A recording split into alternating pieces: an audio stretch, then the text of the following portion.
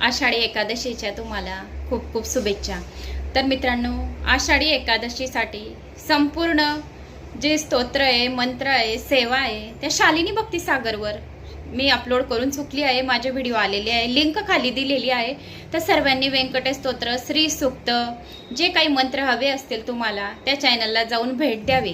तरी पण या चॅनलवर छोटासा उपाय तुम्हाला सांगते। तर आषाढी एकादशीच्या दिवशी राम नाम या मंत्राचा जप 108 वेळा नक्की करावा।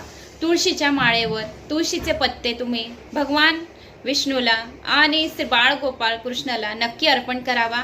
आणि एक वेळा पण तुम्ही राम श्रीराम असं बोलले तरी सुद्धा सर्व पापांचा नाश करणारे आहेत। इतके हे नाव पवित्र आहे। तर राम नाम हे अत्यंत पवित्र आणि सर्व पापांचे नाश करणारे आहेत।